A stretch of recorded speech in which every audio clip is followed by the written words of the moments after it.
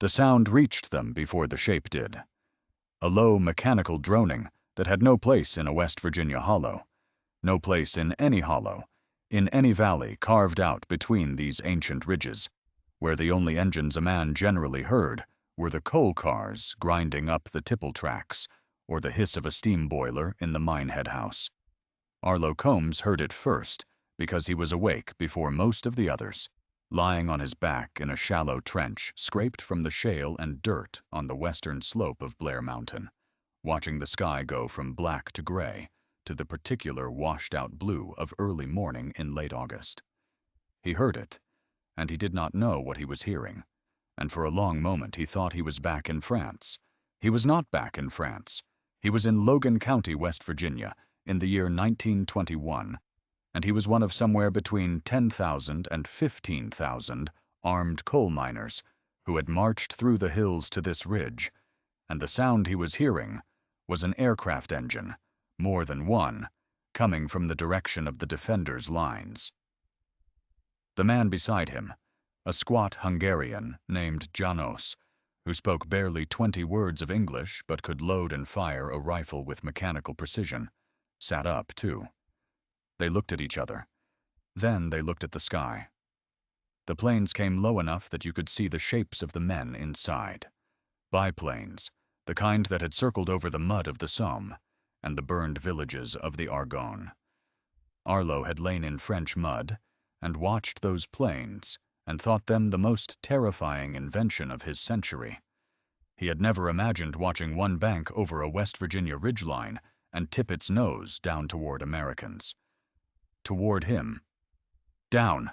somebody shouted, and the word ran along the trench like a crack running through shale, one man pressing his face into the earth and the next man doing it, and the next, a wave of fear moving faster than sound. The first bomb, if you could call it a bomb, if you could call a tin canister packed with gas and nails and iron scraps a bomb, and after it went off you could and you would, hit somewhere on the slope above them, and the sound was not the sound Arlo remembered from France. It was smaller, uglier, more personal somehow, a sound that said, "This is not a war. This is a punishment." He pressed his cheek against the dirt and thought about his wife, Clara, and his 2 children back in the company house in Cabin Creek.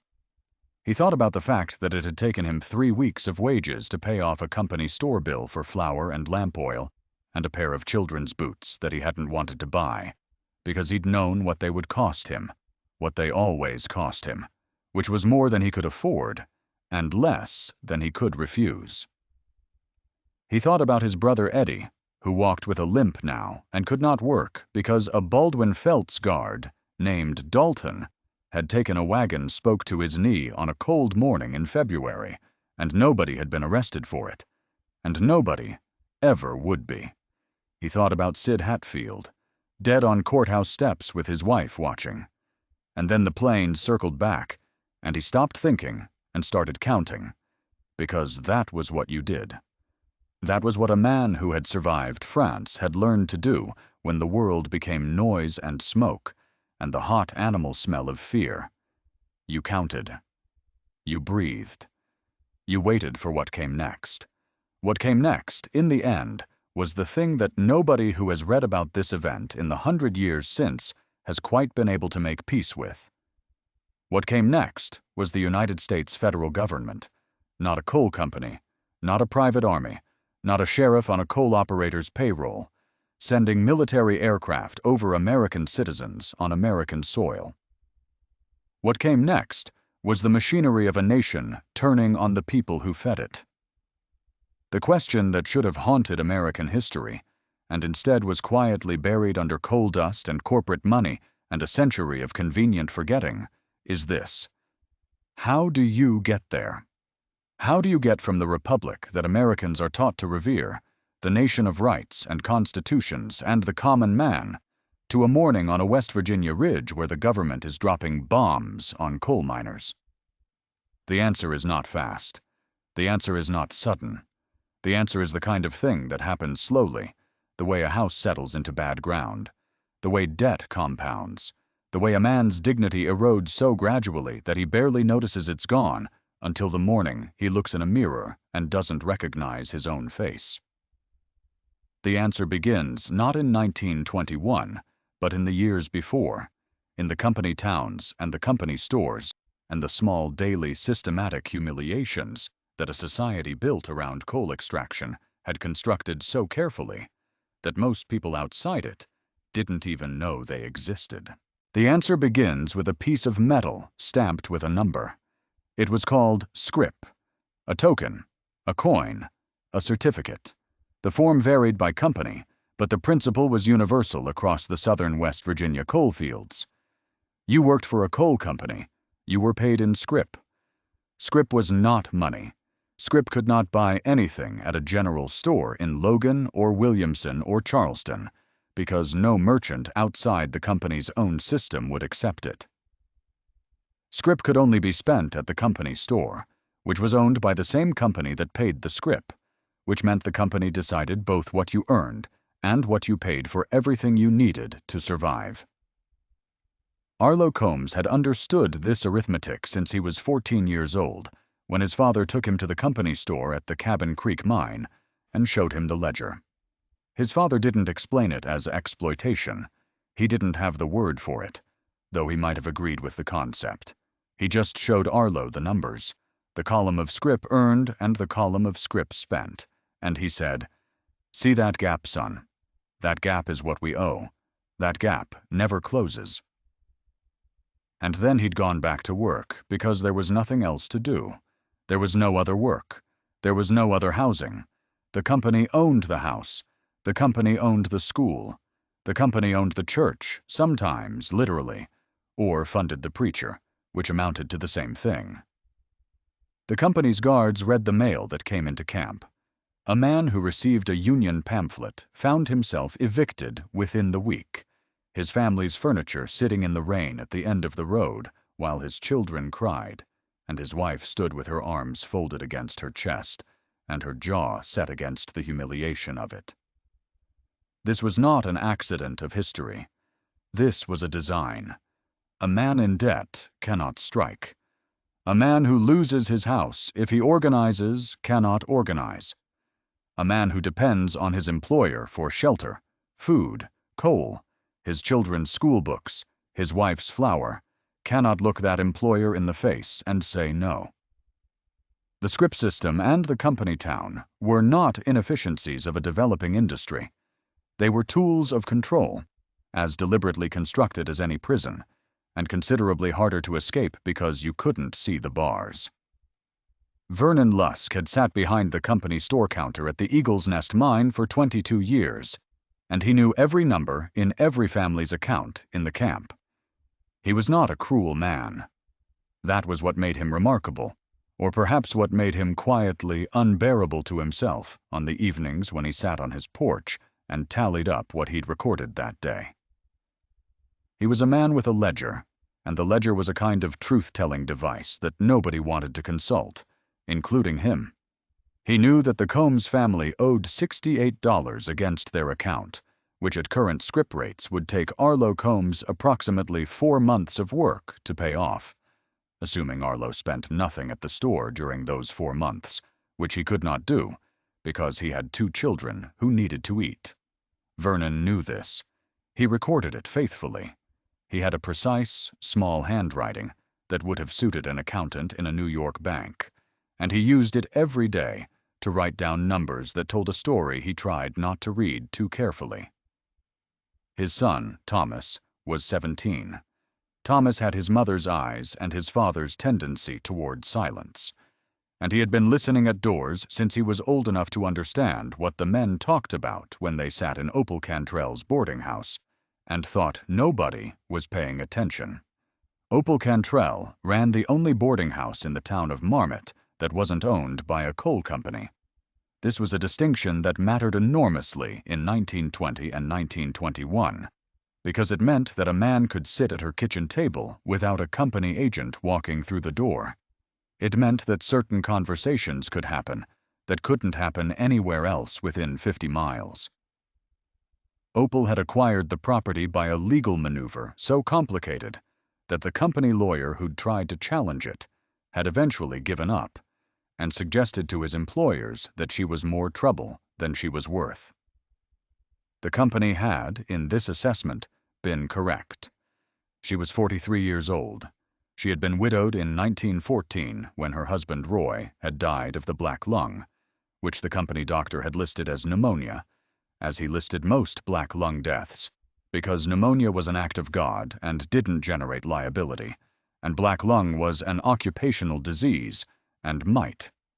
She had subsequently discovered that Roy's account at the company store meant she owed them $41 even after the death, which she had paid with a deliberate, cold efficiency that scared the store clerk who received it, because she had looked at him the whole time she was counting out the coins and had not said a single word.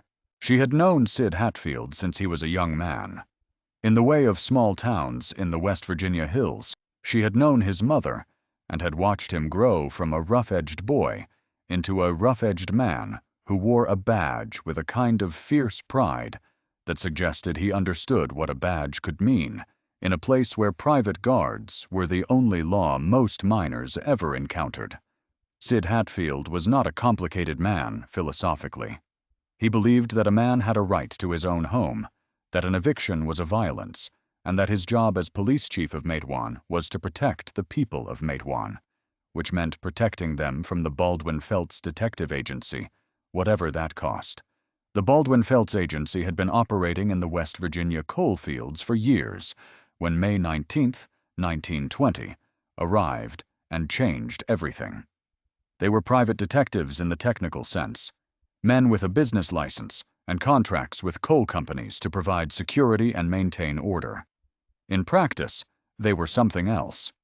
They were heavily armed men who operated with the authority of coal company property law and the indifference of men who knew their employers had bought the local judiciary. They evicted families. They beat organizers. They had, on more than one occasion, killed men and faced no consequences, because the coroner was appointed by the county court, and the county court was funded by the coal operators. Albert Felts was the brother of the agency's founder, and he ran the West Virginia operations with a particular brand of authority that came from never having been seriously challenged. He was not a monster of the dime novel variety. He was a methodical man who believed he was enforcing legitimate property rights, and this belief, held by a man carrying a sidearm and backed by a dozen other armed men, had a quality of menace that pure malice might have lacked. Pure malice can be negotiated with. Conviction cannot. On May 19, 1920, Albert Felts arrived in Matewan with his brother Lee and a company of agents to evict a number of mining families who had joined the Union. They had warrants, or what passed for warrants in Mingo County, and they had firearms, and they had the absolute certainty of men who had done this many times before without consequence. They arrived by train, conducted the evictions, and were preparing to leave when Sid Hatfield and Mayor Cabell Testerman walked down the main street of Matewan to confront them. What happened next is recorded in depositions, newspaper accounts, and testimony that varies in certain details, but agrees on the essential shape of events. Words were exchanged. Someone drew a weapon. Whose finger twitched first is a question that died with the participants.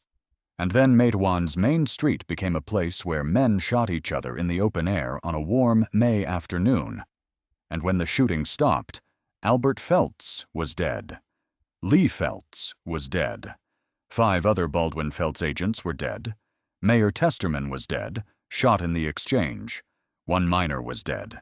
Sid Hatfield was not dead. Sid Hatfield was standing in the street with his badge still on his chest, and the knowledge of what had just happened settling over him like the gun smoke in the still air, and he was folk hero before the week was out. Opal Cantrell heard about the Matewan massacre the next morning from a man who'd ridden through the night to bring the news. She stood at her kitchen window and looked out at the ridge behind the house, and was quiet for a long time. "Lord have mercy," she said finally, not as an oath, but as a genuine petition, because she had known Albert Feltz was going to do something one day that would break this open, and she had been afraid of what would come after. And now it had come. Arlo Combs heard about it from Nate Sizemore, who came to Opal's boarding house 3 days later with a leather satchel full of Union literature and a quality of controlled excitement that he was trying to keep from showing on his face. Nate was 28 years old, educated at a teacher's college in Huntington before the money ran out, and he worked for UMWA District 17 with the particular devotion of a man who has understood a problem completely and has dedicated himself to solving it by the only legitimate means available. He believed in organization. He believed in collective bargaining. He believed that the proper response to a system of corporate bondage was not guns, but numbers, solidarity, membership, the democratic weight of workers who understood that their individual weakness was the company's greatest asset.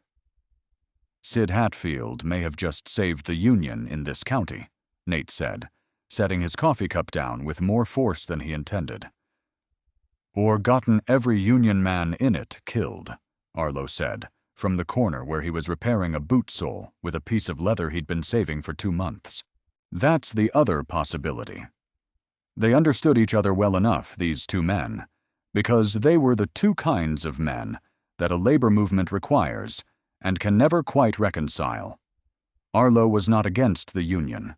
He was against dying for it, because he had children, and because he had already survived one war and had come back from it with a quality of careful pessimism that expressed itself in short sentences and long silences. Nate was not reckless.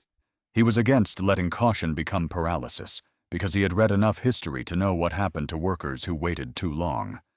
Opal, moving between them with the coffee pot, said what she always said when these conversations reached this pitch. You two agree on more than you argue about. You're just too proud to admit it. Neither of them replied, which was its own kind of agreement. The year between Matewan and Blair Mountain was a year of stalemate and pressure, and the particular misery of a situation getting slowly worse while both sides believed they were winning. The coal companies increased their guard force. The union increased its membership drives, cautiously, in corners and after hours, and in the private rooms of boarding houses that weren't company-owned.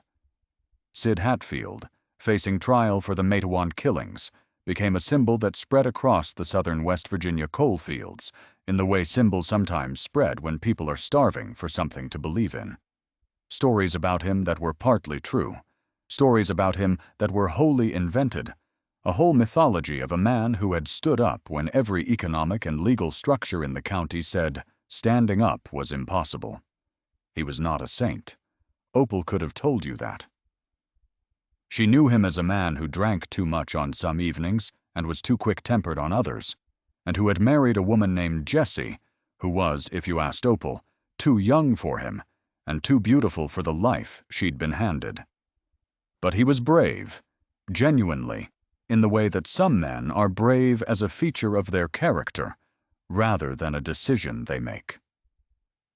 And in the southern West Virginia coal fields in 1920 and 1921, bravery was the one luxury that actually meant something. The coal operators understood this perfectly, which is why on August 1, 1921, when Sid Hatfield arrived at the McDowell County Courthouse in Welch to answer charges in an unrelated case, arrived with Jessie at his side, in the morning sunshine, walking up the courthouse steps in front of witnesses, the Baldwin Feltz agents waiting for him shot him down. They shot him multiple times. He fell on the courthouse steps. Jessie was beside him and did not look away. The agents were named. C.E. Lively had been a paid informant embedded with the Union, and the men with him were identified and known, and nobody was ever convicted. A grand jury failed to indict. The case died in the ground like a seed in bad soil. Let the weight of that land fully. A man killed in broad daylight on courthouse steps in front of witnesses by identified men, and nobody was convicted. Not because there was insufficient evidence. because the system that was supposed to weigh evidence had been purchased. The law in Logan and Mingo counties was not a system of justice.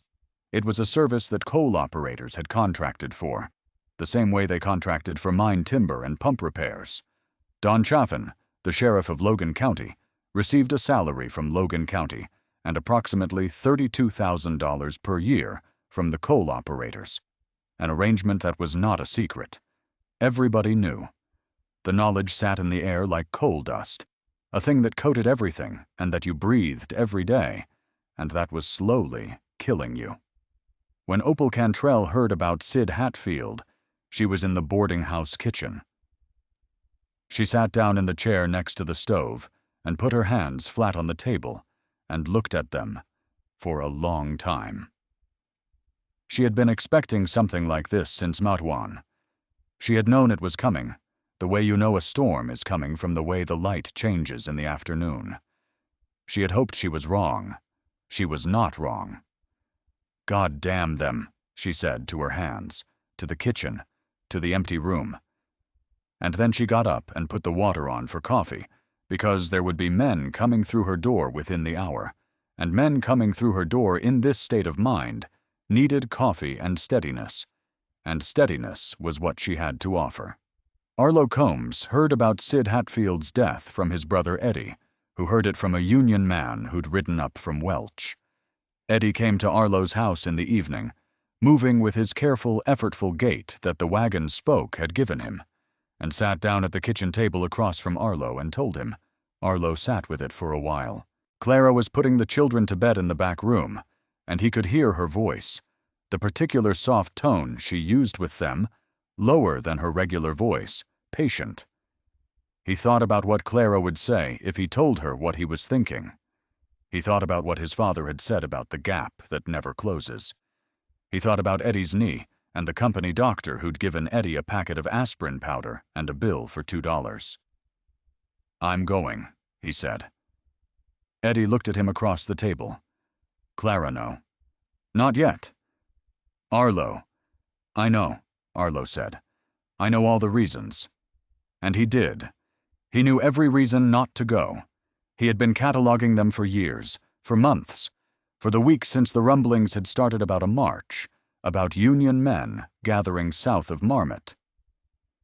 He knew that Frank Keeney and Bill Blizzard were organizing something that could end in a massacre, that 10,000 armed miners against the federal government and the state of West Virginia, and every coal operator in Logan County, was not a fair fight, no matter how many rounds they had.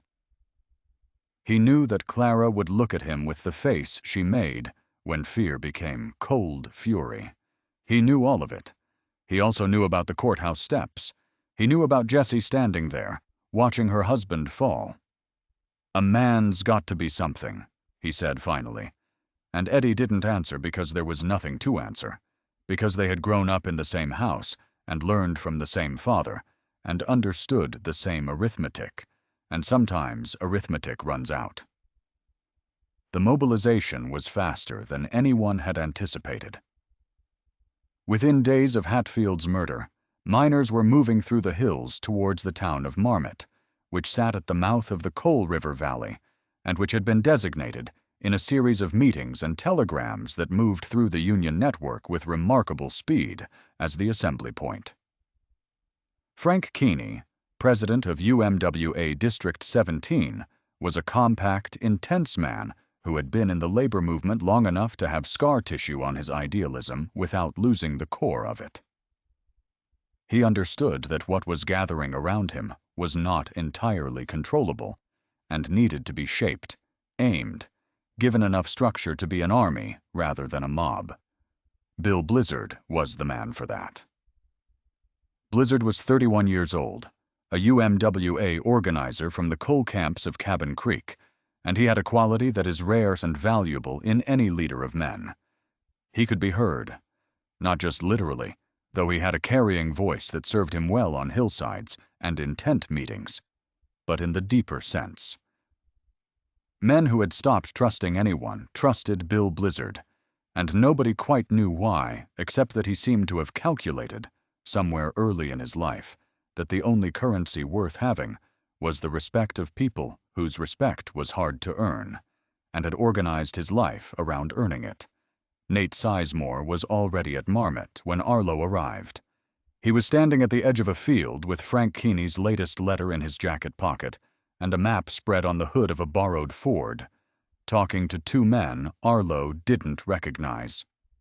Nate looked up when Arlo came through the tree line, and for a moment something crossed his face. Relief, possibly, or the particular satisfaction of being right about a person. "I thought you weren't coming," Nate said. "I changed my mind." Nate looked at him carefully. "Clara? She told me to come back in one piece." Nate folded the map. "I'll hold you to that." The field at Marmot wasn't yet a spectacle when Arlo arrived, but it was becoming one. Fires burned in a long, irregular line, and around the fires were men.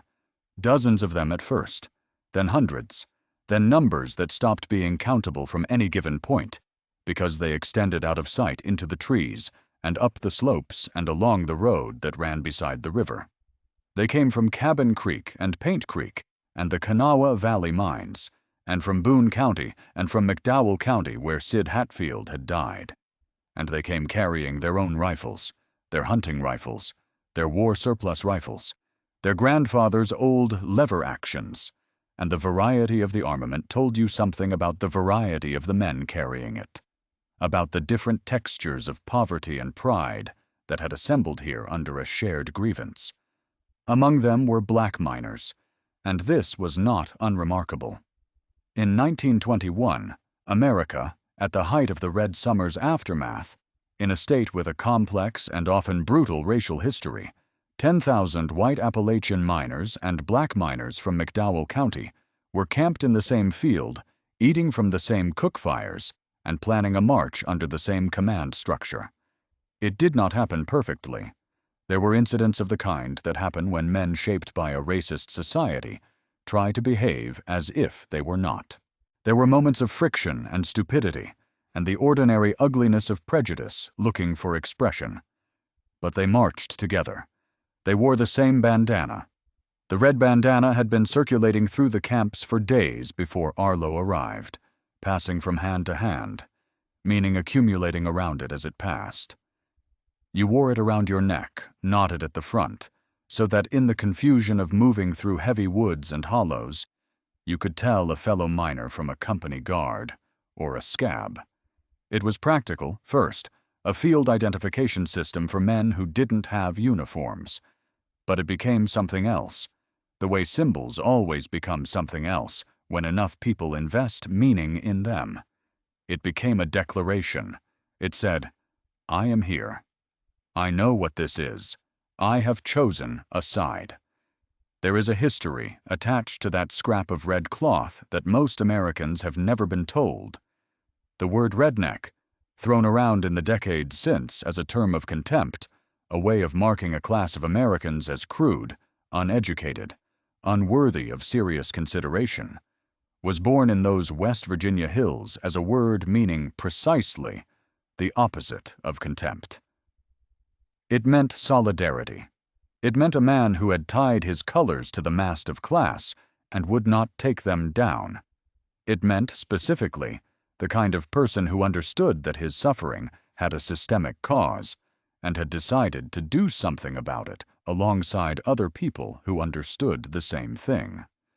The coal operators and their allies in the press understood this perfectly well, which is perhaps why the work of transforming that symbol into an insult was so thorough and so effective. You do not need to destroy a symbol that has no power. You only need to corrupt the ones that do. Dorsey Pike showed up at the Marmot camp on the third day, and Nate saw him before Arlo did. Dorsey was 19 years old, from McDowell County, with a long-legged runner's build and an energy that expressed itself in the particular combination of alertness and restlessness that some young men carry when they are about to do something that they know is consequential. His father worked at the Pocahontas seam. His mother had died when he was 12. He had a letter from Frank Keeney that he'd been handed by a man in a car who told him to find Nate Sizemore and give it to nobody else. "You Sizemore?" he asked, when Nate looked up from the map. "I am." Dorsey handed over the letter and stood waiting, not quite at attention, with the alertness of a young man who understood that he was somewhere important and wanted to understand what his place in it was. Nate read the letter twice, folded it, and put it in his pocket. "Can you run?" he asked Dorsey. "Sir. Not the kind of running that involves a reason to run. The kind where you're told to go somewhere and come back with an answer, and speed is the thing that matters most." Dorsey considered this with the seriousness it deserved. "I can run," he said. "Good," said Nate, "because we are going to need runners. We are going to need men who can move between units in country where a telegraph line is a company asset and a horse makes noise, and you can't trust a Ford past a certain grade. We are going to need your legs, son, and your discretion, and the willingness to carry messages that you cannot read." "I can read," Dorsey said a little stiffly. "I know you can. That's why you'll carry messages you won't read, because the difference between a messenger and a spy is whether you're trusted, and trust is demonstrated by restraint." Dorsey thought about this. "All right," he said. He was in the camp by nightfall, assigned to Nate's unit, learning the geography of a march that would take them south and east through Logan County, toward the ridge that everybody was now calling, by a name that would outlast all of them: Blair Mountain. The march to Blair Mountain covered roughly 50 miles of the most difficult terrain in the eastern United States. This was not incidental. The southern West Virginia coalfields sat in a landscape that the glaciers had not flattened, that rivers had cut into a maze of narrow hollows and steep ridges and sudden gaps, where roads existed only where coal companies had put them, and where moving 10,000 armed men required a logistical imagination that most military officers would have respected. The miners did not have military officers.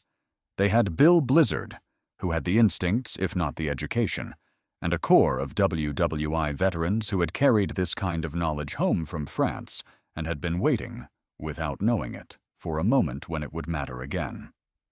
They organized by units. Each unit had a designated leader and a line of command back to Blizzard's forward position. There was a medical corps, women and men both, moving behind the lines, a wagon loaded with bandages and carbolic acid, and the pragmatic, scarce resources of people who knew they could not rely on any hospital within 100 miles if things went wrong.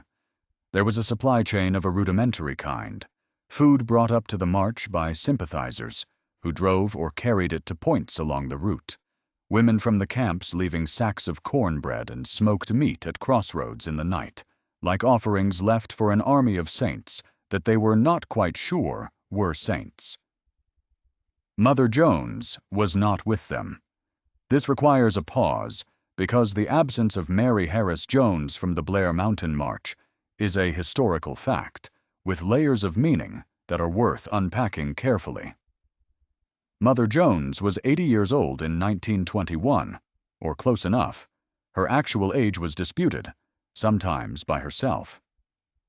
She had been organizing coal miners in West Virginia for decades, had been arrested multiple times, had delivered speeches that had moved thousands of men to action with a combination of maternal authority and serrated rage that was uniquely hers.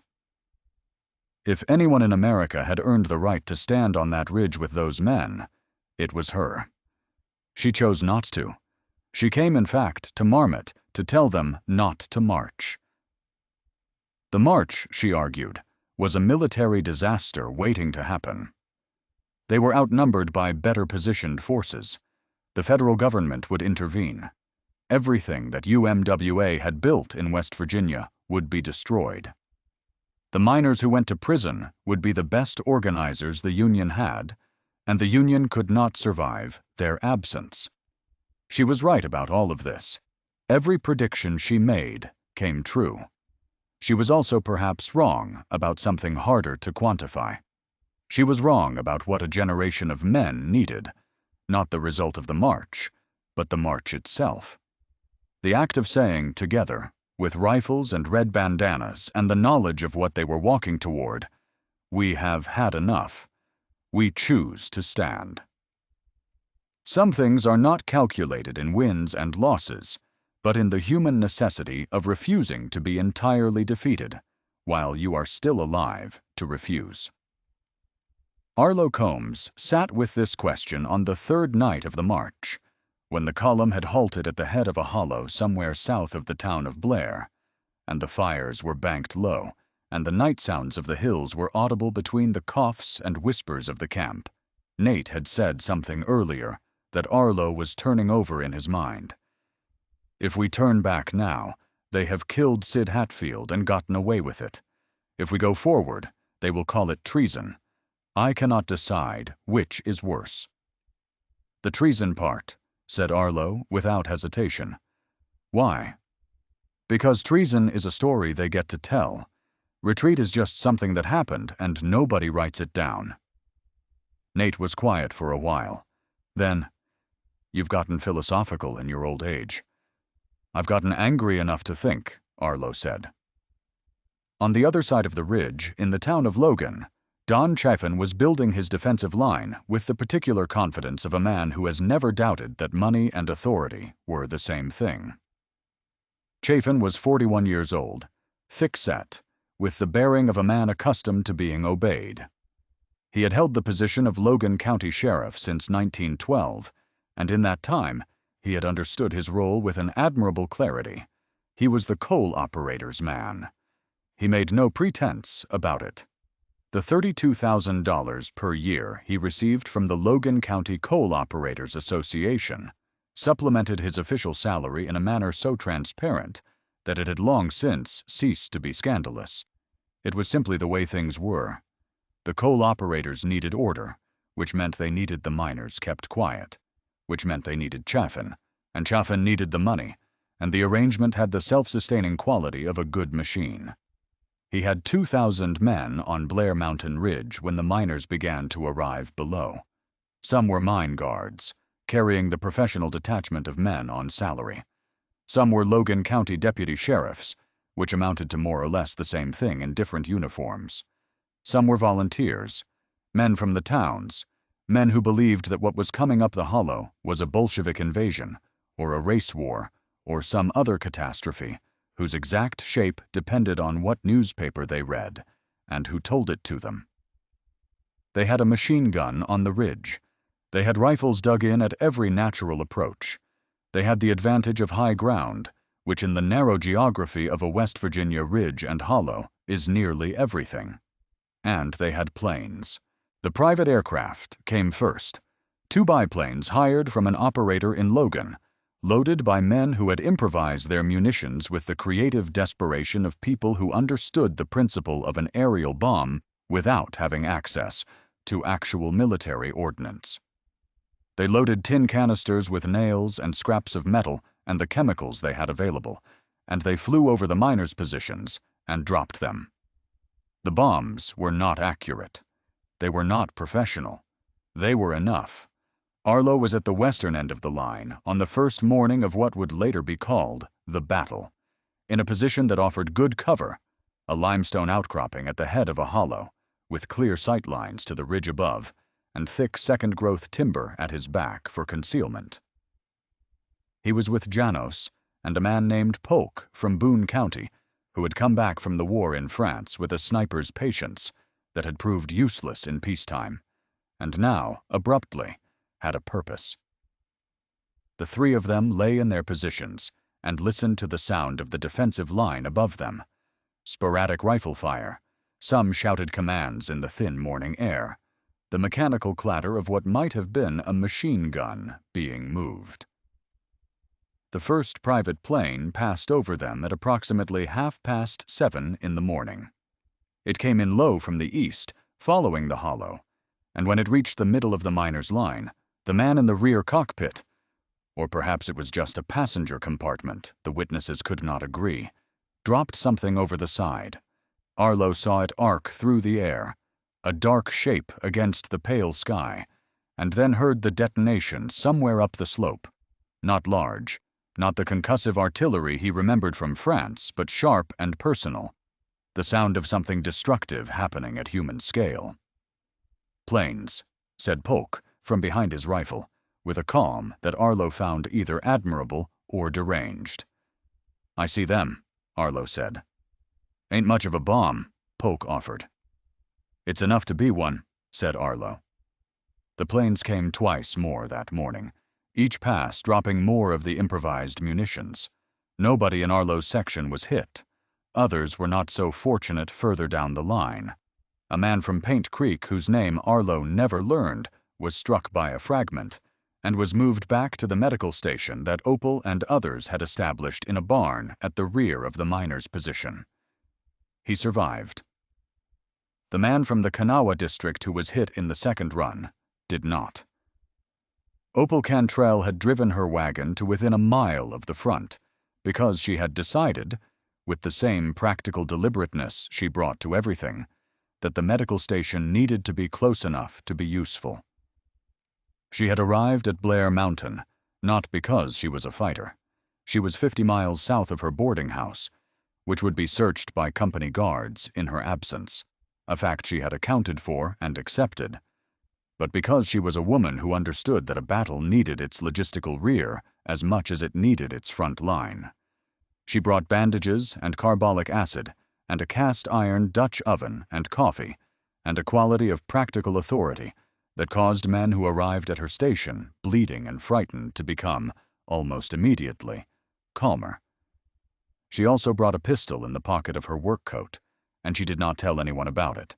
And the reason she did not tell anyone about it was that the reason she'd brought it was nobody else's business. It was at the medical station that she encountered Captain Leland Greer for the first time, though under circumstances neither of them had anticipated. Greer had arrived as part of the advance element of the federal forces, sent ahead of the main body to assess conditions, a task that had led him, by a combination of poor maps and a guide who turned out to know these hills less well than he'd claimed, to approach the miners' rear area rather than their flank. He had dismounted 50 yards from the barn and was standing at the tree line when Opal came out to empty a basin of water. They looked at each other. Greer was in uniform, U.S. Army, his rank clearly visible. He was 42, West Point class of 1901, with a face that had been weathered by 2 theaters of the Great War and the subsequent decade into an expression of habitual measurement, the look of a man who is constantly calculating what the situation requires of him. "Ma'am," he said, because he had been raised to say it, and the habit survived everything. "Captain," said Opal. Then after a pause, "You're early. I seem to be on the wrong side of things, actually." "That," said Opal, "is a complicated question in these hills." She let him in to see the wounded, which was either a tactical decision or a human one, possibly both, and while he was there, he moved between the men on the cots with the look of a man who has seen this before and had hoped not to see it again, and stopped at the cot of a man from Cabin Creek who was conscious and watching him with the wariness of a caught animal. "What outfit?" Greer asked. He had not intended to ask it. It came out of him automatically, from the habit of 20 years. 32nd Division, the miner said after a moment. Rainbow Division. Greer was quiet. "Argonne?" "Yes, sir." Greer stood there for a moment longer than was entirely comfortable, and then he nodded once and moved on, and Opal watched him and thought, "This is a man who is finding something here that he did not expect to find, and it is going to make his job harder, and he knows it, and he is going to do his job anyway, and she did not know whether to admire him or resent him for it." Dorsey Pike was running. This was his job on the second day of the battle, and he was good at it, moving through the timber between the units, carrying dispatches written in Nate Sizemore's careful hand, learning the terrain as he moved through it with the rapid, absorbing attention of a young man for whom every hill and hollow was a new fact to be memorized. He had been through the western sector and was coming back along a creek bed when he heard voices he didn't recognize. He stopped. He was behind a screen of rhododendron that grew thick here, waist-high in the creek bottom, and through it he could make out two men in dark coats on the near bank. Not miners, not by their clothes or their posture, and not mine guards either, based on the way they were talking to each other in low, nervous tones. Dorsey lay very still and listened. One of the men was asking for directions. He was asking for the location of the miners' command post, saying he had a message for Bill Blizzard. The other was saying he didn't know. Dorsey looked at the dispatch in his hand, the latest from Nate to a unit commander on the eastern flank, describing a repositioning of forces, and looked at the men, and thought rapidly. He was 19 years old, and this was the kind of moment that 19-year-olds are not supposed to face alone. And he faced it by thinking about what Nate had said about trust and restraint, and about what his father had told him about knowing when something is wrong before you can prove it's wrong. He backed out of the rhododendron quietly, moved upstream along the creek until he was well clear, and ran. He ran to Nate's position first, not the eastern unit, and delivered the dispatch, and then he told Nate what he had heard. Nate listened without expression. Then, description. Dorsey described the men. Nate made a note. "You did right," he said. "You know why? Because if they were who they said they were, they'd know where the command post is. Exactly. The men were never definitively identified. They disappeared from the creek bottom before anyone could reach them. Whether they were company informants, newspaper reporters, or merely two frightened civilians who had wandered into the wrong part of the woods, is a question that went unanswered then and remains unanswered now. But the dispatch Dorsey had been carrying described the eastern unit's repositioning, and the eastern unit's position the following morning was not the position described in the dispatch, and Nate's subsequent instructions had accounted for the possibility of compromise. Whether this made any difference to the battle's outcome is unknowable. It made a difference to Dorsey, who walked afterward with a fractional quality of gravity that had not been there before. On the third day of fighting, Arlo Combs crossed his own private line. He had been in position at the limestone outcropping since before dawn, and the morning had brought a concentrated exchange of fire along the ridge that had moved the forward miners' positions back 50 yards and forward again over the course of 3 hours, the kind of grinding, exhausting, inconclusive fighting that he remembered from France, the kind that uses men up without achieving anything a map would show. Polk had been moved to the rear after taking a graze on his shoulder. Not serious, not dangerous, but enough to open up the position. A young man from Boone County, whose name was Ames, had taken the spot. In the early afternoon, a gap opened in the defensive line on the ridge above them. Not large. 50-60 yards of unmanned trench, the result of a unit being rotated back, and the replacement unit not arriving at the expected time. Arlo saw it. Ames saw it. They looked at each other. "That's an approach," Ames said. "It's temporary," Arlo said. "They'll fill it." "Not for 20 minutes, maybe." Arlo looked at the gap. He thought about what 20 minutes could do. He thought about what taking that approach would cost, what it would mean to be caught in the open on that slope without the ridge's cover. What would happen if the replacement unit arrived faster than expected? He thought about the fact that there were men in those trenches who were not company guards and not Baldwin Felt's agents. Some were Logan County men who had been told a story about Red Army revolutionaries marching through their county and had believed it because it was the story available to them, and who were sitting up on that ridge, scared and cold, and doing what scared cold men do when they're handed a rifle and told the enemy is below them. "We don't take it," Arlo said. "Why not?" "Because our objective is to march through, not to hold the ridge, and because we take that approach, we kill men who have families." He paused. "Same families we've got." Ames looked at him for a long moment, and then looked away. Not agreement, exactly, but the absence of counterargument. There was a moment later that same day that did not make it into any official account of the battle, a moment known only through Dorsey Pike's recollection recorded years later, in a document held by the West Virginia Mine Wars Museum, a sworn statement given in 1958, when Dorsey was in his late 50s and clearly understood that he was setting down history before the chance to do so was gone. He described coming around the eastern edge of a position at the base of the ridge and finding a man in a mine guard uniform sitting with his back against a tree, his rifle laid carefully across his knees, his eyes open and directed at the sky in the way of a man who has recently understood something very clearly. Dorsey had approached with his hand on his own revolver, and the man had raised one hand, open, palm out. "I'm done," the man had said. "I'm sitting this next piece out." Dorsey had stood there, 19 years old, with a dispatch in his jacket pocket, and a man who was theoretically his enemy sitting in front of him, not quite surrendering and not quite resisting, and had made the same kind of decision he'd made at the creek, the decision to trust his own reading of the situation over the rule that said what the situation was.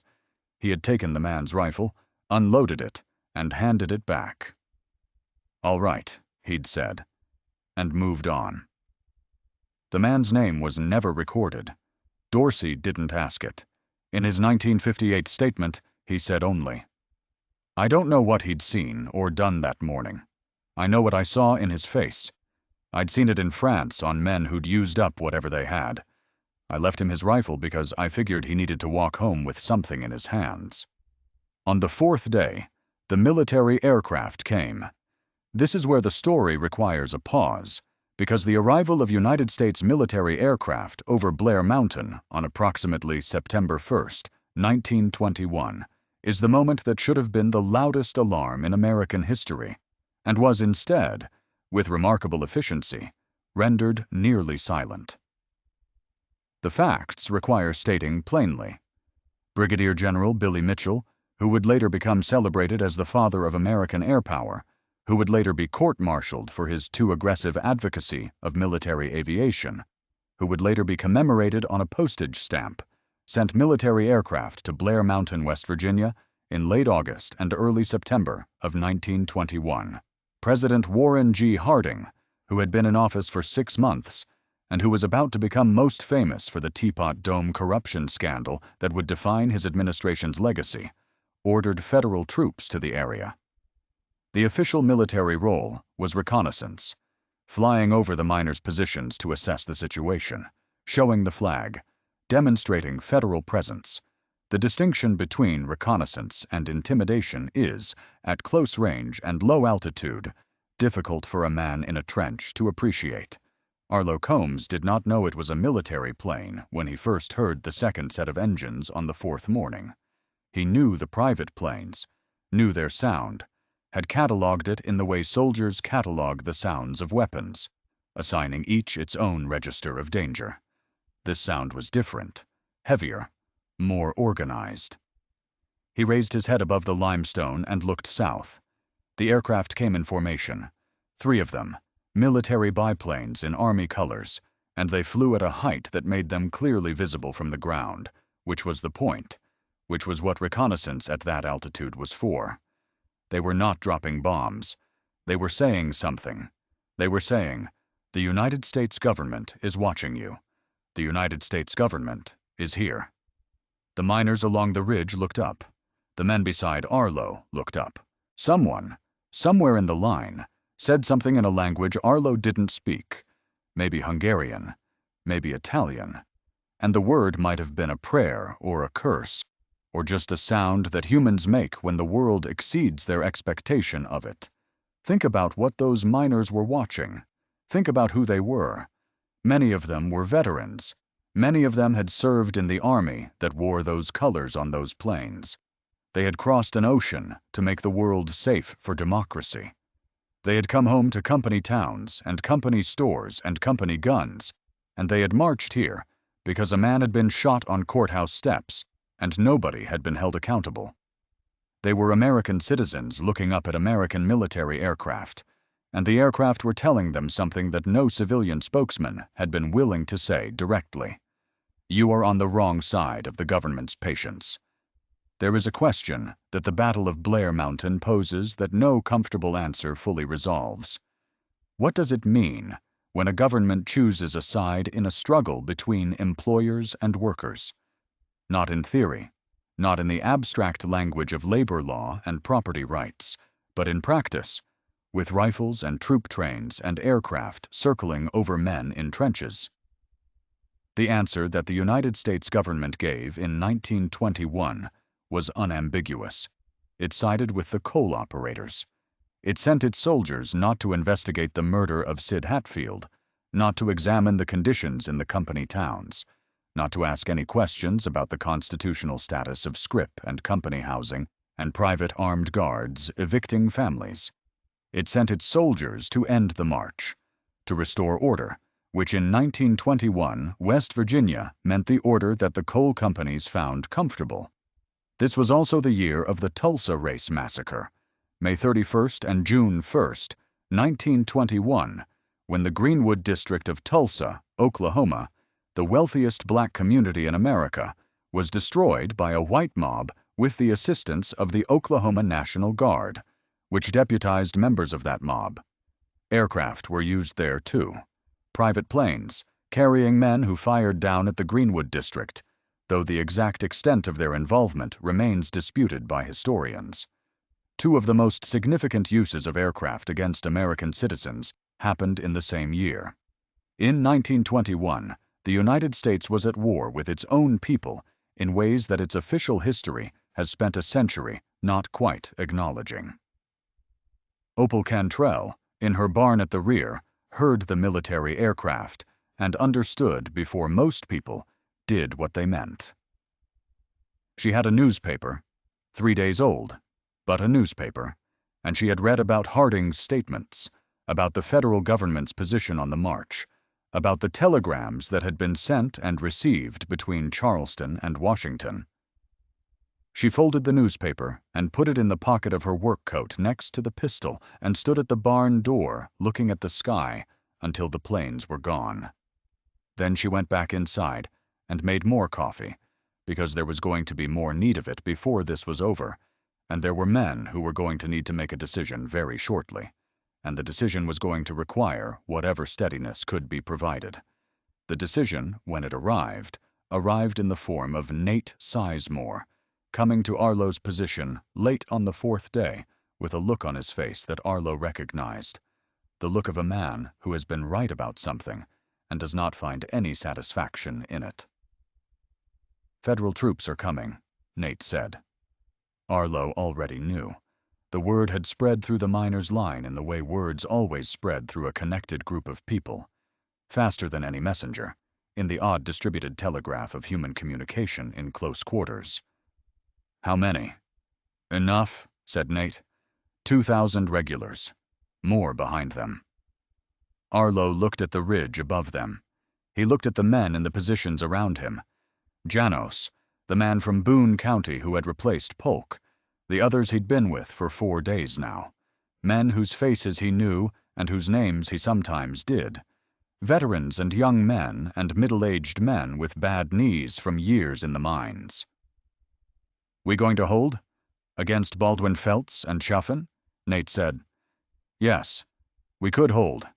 We might even push them off the ridge." He paused. "Against the United States Army." The pause was long enough to be its own answer. "I went to war," Arlo said very quietly. "I carried the flag. I know the men who'll be in those trucks. I know. I will not shoot at them." "I know," Nate said again. This was not cowardice. Let that be clear. The men who laid down their arms when the federal troops arrived were not men who had run from Baldwin Felts' bullets. They had been under fire for 4 days in terrain that would have tested professional soldiers, and they had held, and they could have continued to hold. The decision not to fire on federal troops was not a failure of nerve. It was a statement about what they were and what they were not. They were coal miners, demanding the right to organize and to be paid in real money, and to live in houses they could not be evicted from on their employer's whim. They were not, whatever Don Schaffen and his newspaper allies had said, revolutionaries. They were not Bolsheviks. They were not enemies of not Bolsheviks. They were not enemies of the United States. They were Americans who had fought for the United States, and who could not, when the moment came, point their rifles at the same flag they had carried in the Argonne. This is the kind of patriotism that is not comfortable to examine, because it implies a question.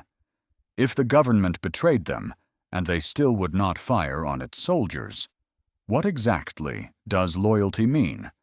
Is it a virtue or a vulnerability?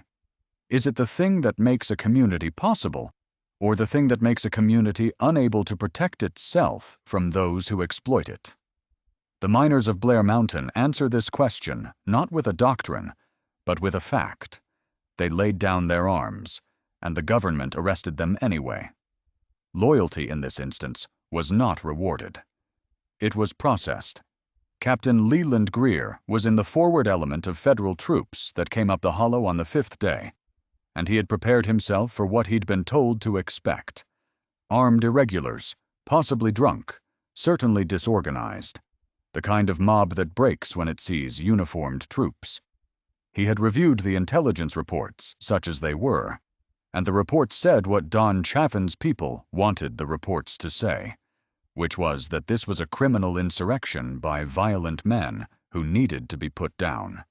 He found instead a military operation, not a professional army, but a force that had organized its lines, established communications between units, maintained discipline for 5 days under fire in difficult terrain, and which was now, as he watched, carrying out an orderly withdrawal and laying down its arms in a sequence that suggested not rebut, decision. He walked up the hollow with his adjutant, and the first man he encountered was sitting on a rock with his rifle laid across his knees, and his hands visible, and the man looked at Greer and said, 32nd Division, Malangoyu Forest, 1918. Greer stopped. What outfit? 121st Infantry. Greer had been in France. He knew the 121st. He knew Malangoyu Forest, which had been one of the worst weeks of his own service. He stood in a West Virginia hollow, looking at a coal miner who had been in France in the same autumn, in the same kind of mud, under the same flag, and was now being disarmed by the same government he had served. "You're being taken into federal custody," Greer said. His voice was level. His training was holding. "I know," said the miner. "You have rights under—" "Captain," said the miner, with a dry patience that Greer would remember for 30 years. "I know what my rights are. I'd appreciate it if you'd write down what you see here in your report. All of it. Not what they told you you'd find. What you actually find." Greer wrote his report. What happened to it afterward, whether it was read, whether it influenced anything, whether it survived, is not known. The Army's official record of the Blair Mountain operation took the position that the miners had been an armed mob engaging in insurrection. This was the position that was documented. This was the position that became the record. The prisoners were processed through the makeshift federal facility at the rail junction south of Logan. 985 of them, eventually. 985 names written into indictment papers. 985 men charged under a legal theory that described their march as treason against the United States of America. The charge was treason. The specific act of treason was marching armed through Logan County to protest conditions in the coal fields and the murder of a police chief. The charge was treason. For asking, with guns, for the right to ask without guns. Consider what that word carried in 1921. Treason was the charge reserved for the worst betrayals of the Republic, for men who had sold its secrets to foreign powers, who had taken up arms against its fundamental existence.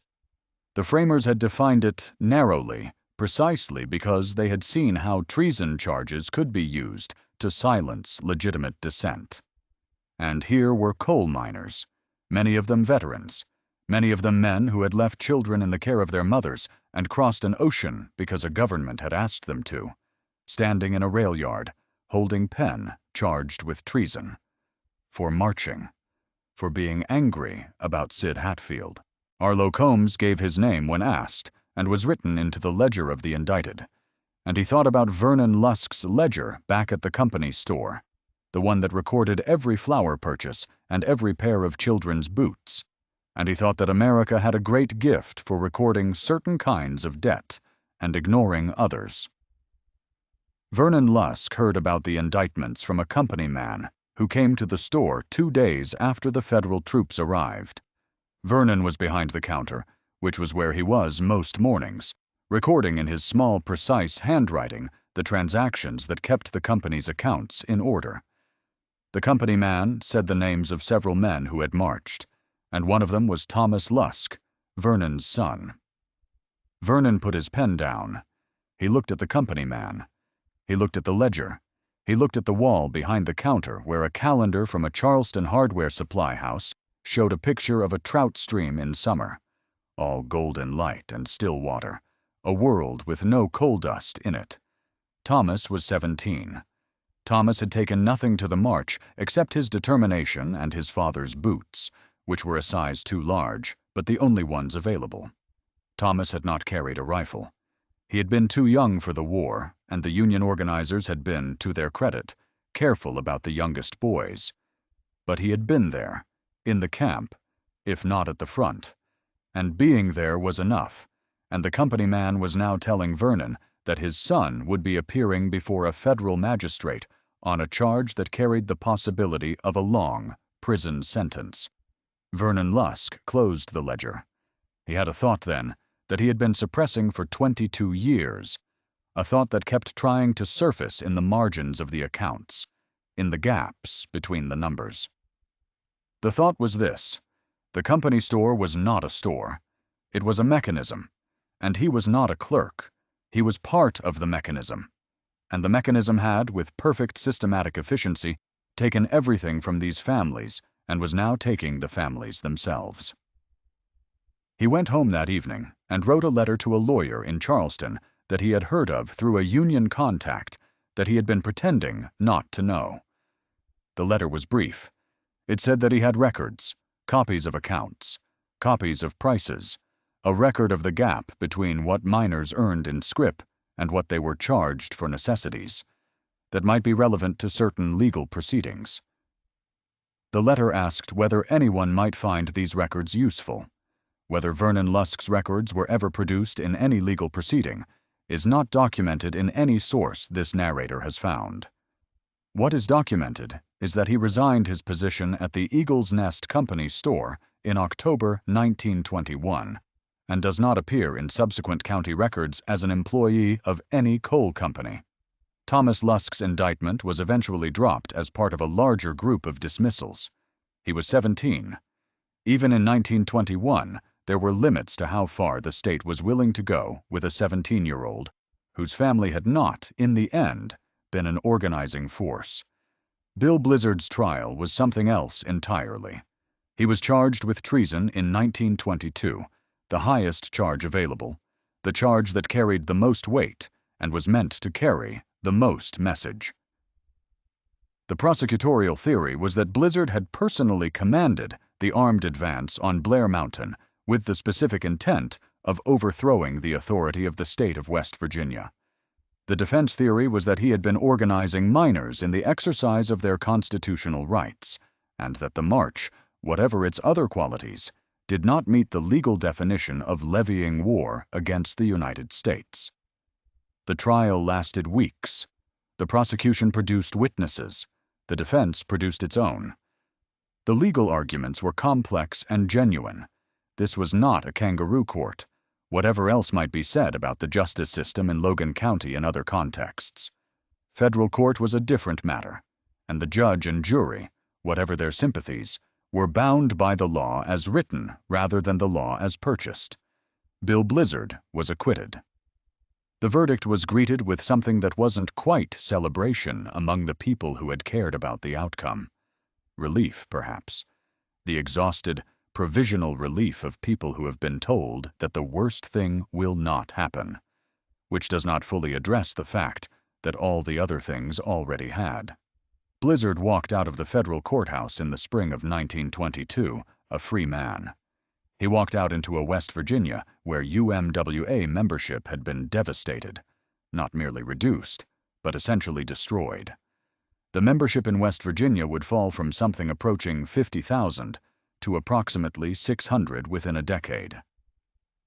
600. From 50,000 to 600. The math was not a market correction or an organizational failure.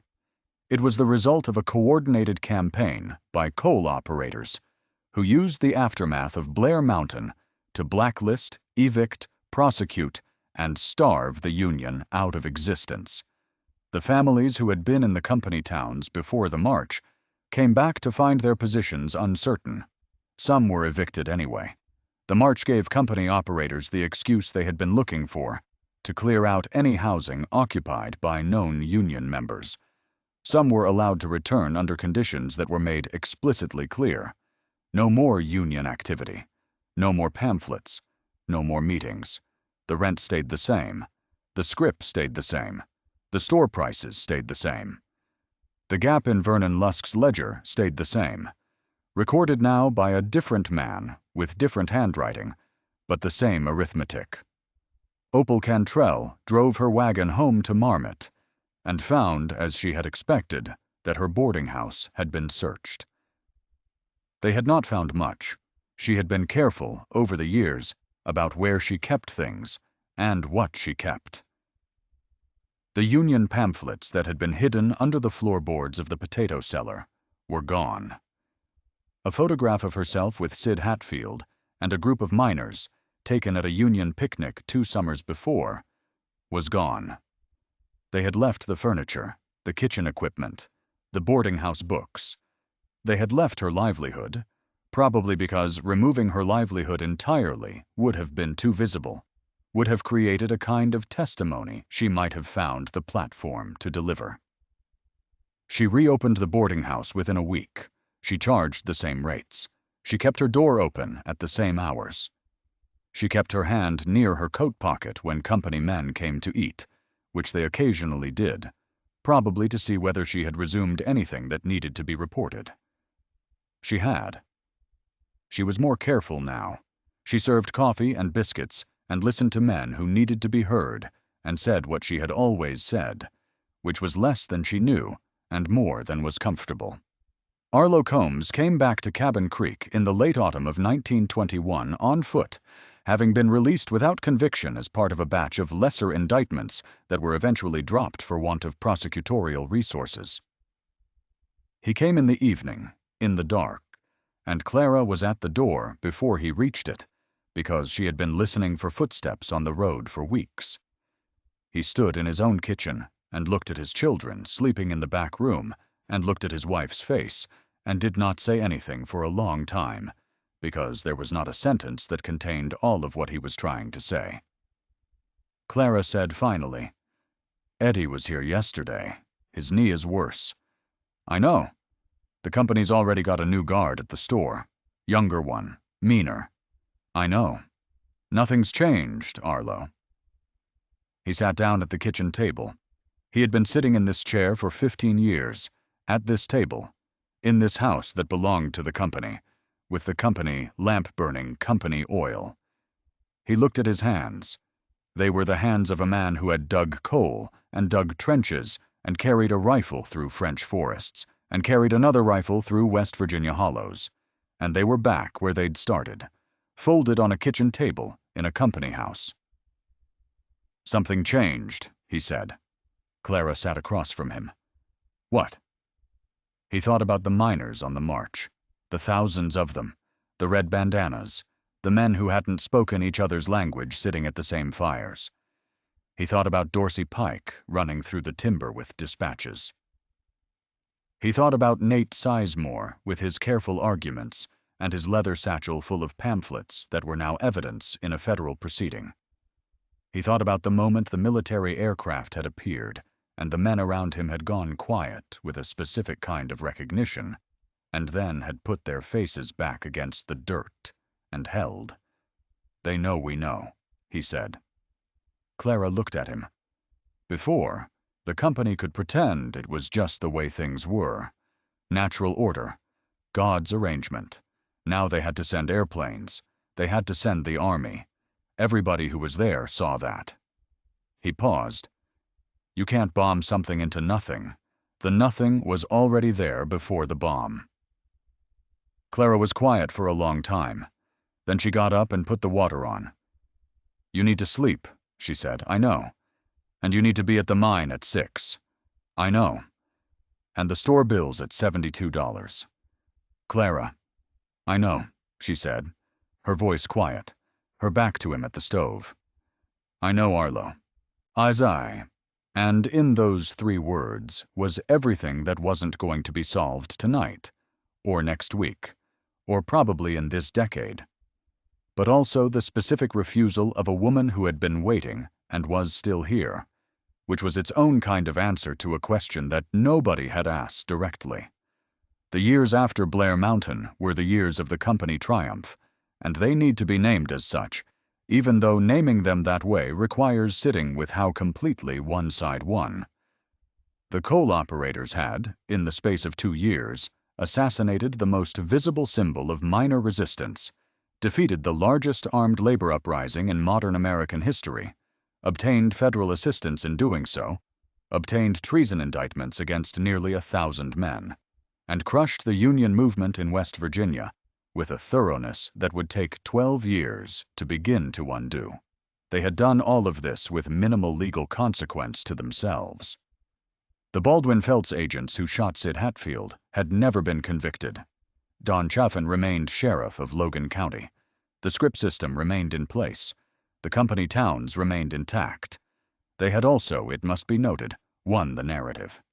This is perhaps the most consequential victory, the one that extended furthest in time. The coal operators controlled the local newspapers. They funded the politicians. They had significant influence over what was taught in the schools they partly funded. And so the story of Blair Mountain, the story of why it happened, what it meant, what it revealed about the relationship between American government and American economic power, was simply not told. Not suppressed dramatically, with burning and censorship, though there was some of that. Mostly just not told. Left out. Omitted from the version of West Virginia history that was available to children in West Virginia schools, from the version of American labor history that was taught in universities, from the national memory of a country that preferred its labor struggles to end in triumph, or at least clean tragedy, rather than the messy, unresolved, ongoing kind that Blair Mountain represented. Who benefits when a battle disappears from the textbooks? The question answers itself. The people who benefit from a story not being told are the people who were on the losing side of that story morally, and the winning side of it economically. The coal operators didn't need anyone to forget Blair Mountain because of shame. They needed it forgotten because a story about 10,000 miners who understood their situation clearly and acted on that understanding is a story that other workers might find useful. The erasure wasn't personal. It was preventive. The miners knew what they had built, which is why Nate Sizemore spent the rest of his life, a long life as it turned out. He died in 1967 in Charleston, telling the story to anyone who would sit still long enough to hear it. He was never famous. He never held elected office. He kept his leather satchel, or one like it, and in his later years it held not Union literature, but letters and notes and clippings, and a copy of Bill Blizzard's acquittal verdict that he had received from the court reporter and kept in a protective sleeve of oilcloth. He told the story to his children and his grandchildren, and to Union Hall meetings, and to anyone who seemed to be struggling with the question of whether anything could change. He told them about the red bandanas. He told them about the cook fires at Marmot and the multiracial column and the disciplined march, and the men who had served the same flag that the government then used against them. He told them about the planes. He always told them about the planes, because the planes were the thing that couldn't be argued away, the thing that collapsed whatever rhetorical distance might exist between what the government claimed to be and what it had done. Dorsey Pike went home to McDowell County in the winter of 1921 and worked for his father in the mine, and did not speak about Blair Mountain for many years.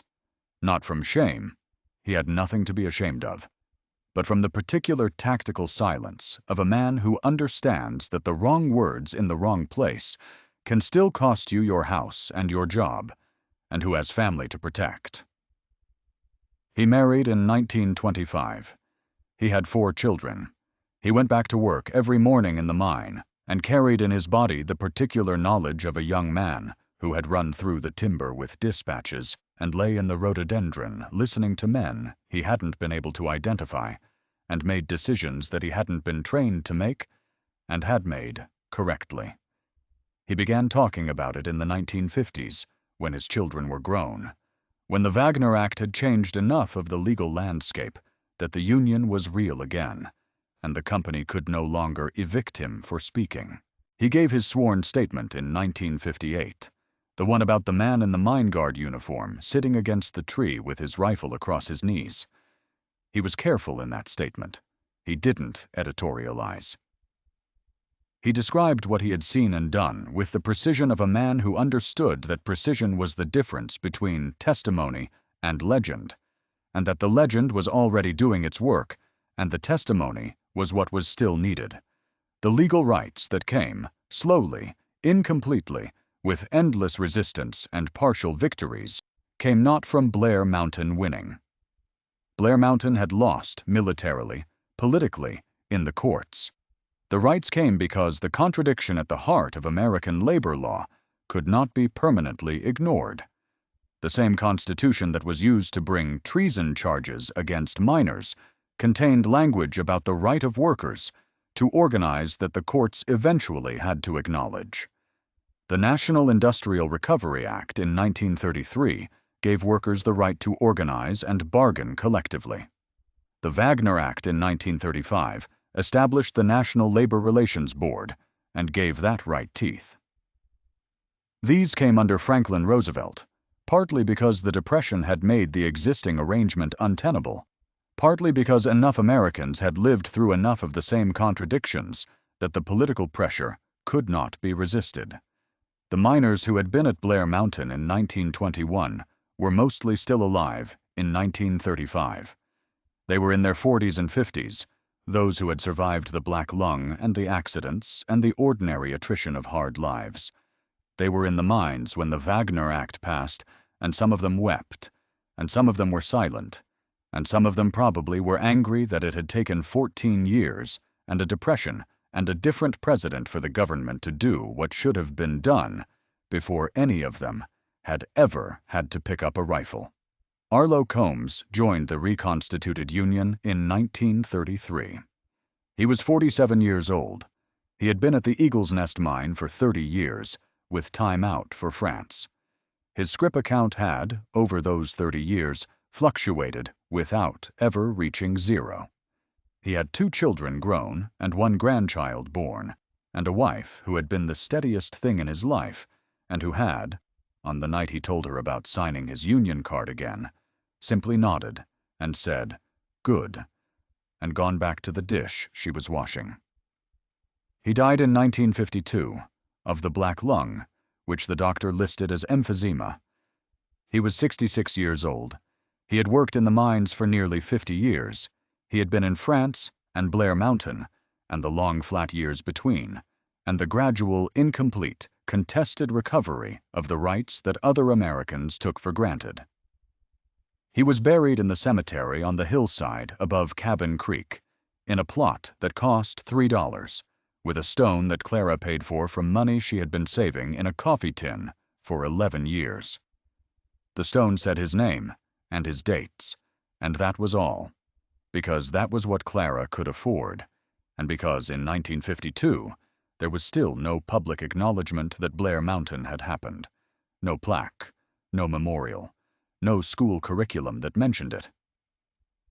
The government that had sent planes over his head in 1921 had never, in the 30 years since, offered any accounting of what it had done.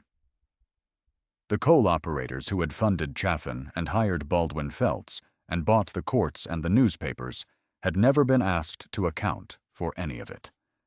The scrip system had ended because of federal law, not because anyone had been prosecuted for running it. The battle itself, the 10 days, the 10,000 men, the planes, the million rounds, was, in the official memory of American history, essentially absent, not forgotten, never told. There is a ridge in Logan County, West Virginia, called Blair Mountain. It runs for roughly 10 miles in the particular direction that determines everything about the terrain below it. Who has the high ground? Who has to climb toward the guns?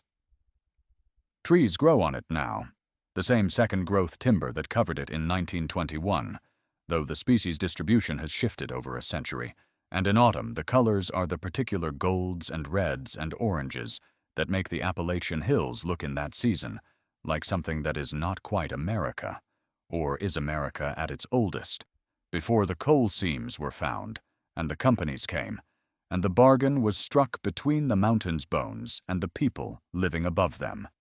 Under those trees, in the hollows and draws and along the ridgeline, there are things that can be found by people who know what to look for. Spent cartridge casings, corroded now to green and brown, invisible against the leaf litter unless you are looking. Slight depressions in the earth, where men dug cover in late August 1921, and the ground remembers the shape of the labor more durably than the history books remember the men who performed it. A section of fence line that is older than the trees around it, wire gone red with age, serving no current purpose, marking no current boundary, standing only because the posts have not yet fully rotted. Coal companies spent decades trying to mountaintop remove Blair Mountain. The method is what the name describes, stripping the surface entirely, blasting the summit down to reach the coal below, destroying the ridge as a geographical feature. The irony is so complete that it circles back past irony to something else, something that requires a different word. The companies that had sent planes over the miners in 1921 sent lawyers and permits in the decades since to legally dismantle the mountain where the miners had fought them. The battlefield itself was the target, not metaphorically. Literally, the company wanted to remove the physical mountain where the physical battle had been fought. The preservationists fought back. The battle over Blair Mountain's designation on the National Register of Historic Places lasted years.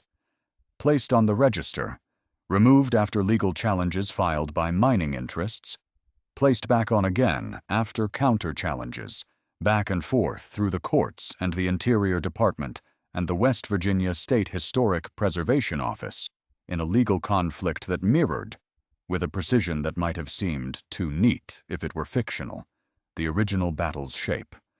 Organized resistance against economic power, using every available legal tool, fighting for a piece of ground that one side wanted to mine and the other wanted to preserve.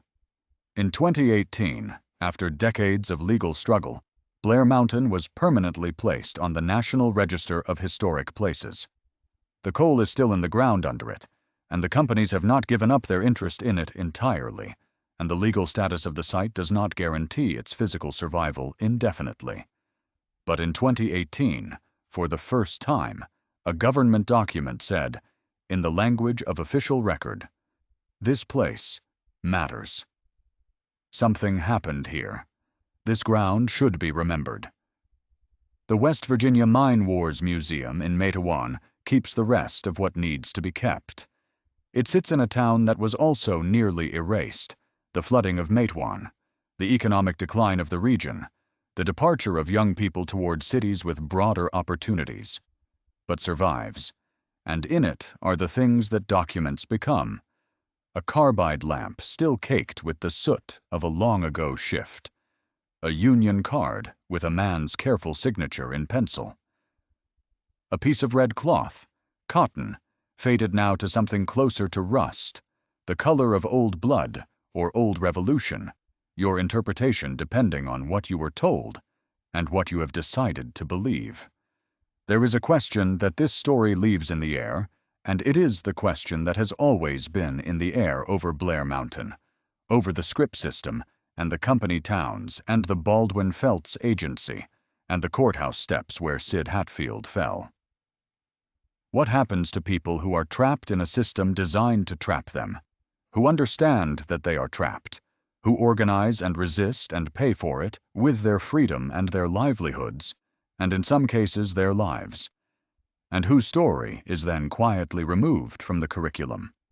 One answer is that the story disappears, that it becomes local, particular, the kind of thing that grandchildren in West Virginia coal country might hear, and that everyone else will never encounter, that it recedes into the specialist literature and the regional archives and becomes, to the broader American public, invisible. Another answer is this: the story does not disappear if someone keeps telling it. If a museum preserves the carbide lamp, if a grandson tells his children what his grandfather told him, if a man in his late 50s gives a sworn statement in 1958, because he understands that testimony is the counter to erasure, that precision is the counter to mythology, that the gap between what happened and what is recorded can be closed by someone with enough patience and enough memory and enough faith that the record matters. The miners who came down off Blair Mountain in September 1921 had lost the battle. Many would be prosecuted. Many would be blacklisted. The union would be crushed. The companies would raise the prices at the store and keep the scrip and keep the guards and keep the arrangement that had never been about anything except making the maximum extraction from human labor at the minimum cost to the people doing the extracting. And the miners had also, in a way that takes longer to see, won something. Not the thing they marched for. Not the dismantling of the mine guard system. Not the freeing of the men in martial law. Not the vindication of Sid Hatfield's death. Not yet. Those came later, and at great additional cost, and incompletely. What they won, on the march and on the ridge, was the right to say that they had stood, that they had seen what the system was, and named it, and walked armed into the guns of it, and required the government to show, plainly, with aircraft, and with soldiers, and with treason indictments, whose side it was on. You cannot unknow that. Once you have stood on a ridge in late August and looked up at your own government's planes and understood what they mean, you cannot un-understand it. The knowledge passes.